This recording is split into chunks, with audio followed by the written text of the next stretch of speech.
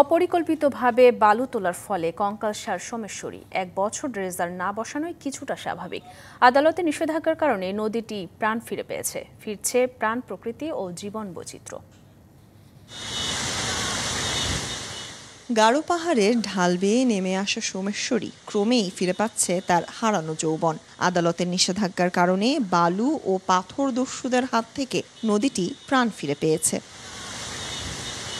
পাহাড়ি জনপদের ধমনী সোমেশ্বরীতে বর্ষায় এখন মাছ ধরার ধুম। ছেলে বুড়ো সবাই মেতেছেন মৎস্য আহরণে। ফিরছে জীববৈচিত্র্য।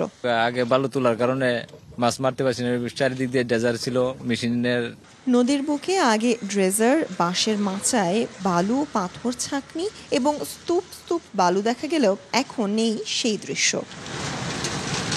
তবে অপরিকল্পিতভাবে বালু উত্তোলনের ফলে নদীর বিভিন্ন স্থানে তৈরি হয়েছে খাদ। আবার বালু উত্তোলন বন্ধ থাকায় অনেকেই হারিয়েছেন কর্মসংস্থান। এই জায়গায় কিন্তু এই বালুঘাট কেন্দ্রিক ভিত্তি করে প্রচুর একটা কর্মসংস্থানের একটা অবস্থা ছিল, যে এখানে প্রচুর লোক আসতো, ওরা থাকতো, খাওয়া দাওয়া করতো, এই ছোট ছোট বিজনেস হয়েছিল এদিক দিয়ে অনেকগুলা, কিন্তু এইগুলা আবার খুব সমস্যায় পড়েছে। এদিকে ভারী বর্ষণ ও উজানের ঢলে ভেঙে গেছে নদী পারাপারে ব্যবহৃত কাঠের ব্রিজটি। ফলে ঝুঁকি নিয়ে নদী পার হচ্ছেন দুর্গাপুরবাসী। তাই দাবি দ্রুত সেতু নির্মাণের। যে ব্রিজটা হইলে পরে ওই এলাকার মানুষের জন্য যে সারা জীবনের যে জন্মগত যে কষ্ট, এই কষ্টটা হয়তো অনেক লাঘব পাইতো। ছেলেমেয়েরা স্কুলে যায়, তাদের স্কুলে টাইম মতো পৌঁছতে পারে না। এখানে একটা স্থায়ী ব্রিজের খুবই প্রয়োজন। বালু খেকোদের ছোবল থেকে সোমেশ্বরীকে রক্ষায় জেলা প্রশাসনের পক্ষ থেকে নেওয়া হচ্ছে নানা উদ্যোগ।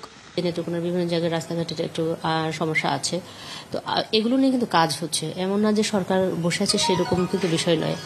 হাওর বেষ্টিত এই জেলাকে কেন্দ্র করে কিন্তু সরকারের একটি বৃহৎ পরিকল্পনা রয়েছে এবং সেখানে হাজার কোটি টাকার প্রজেক্ট আসবে এবং নেত্রকোনা উপজেলার সকল উপজেলাগুলোকে কানেক্টিভিটি করে রাস্তাঘাট নির্মাণ করা হবে।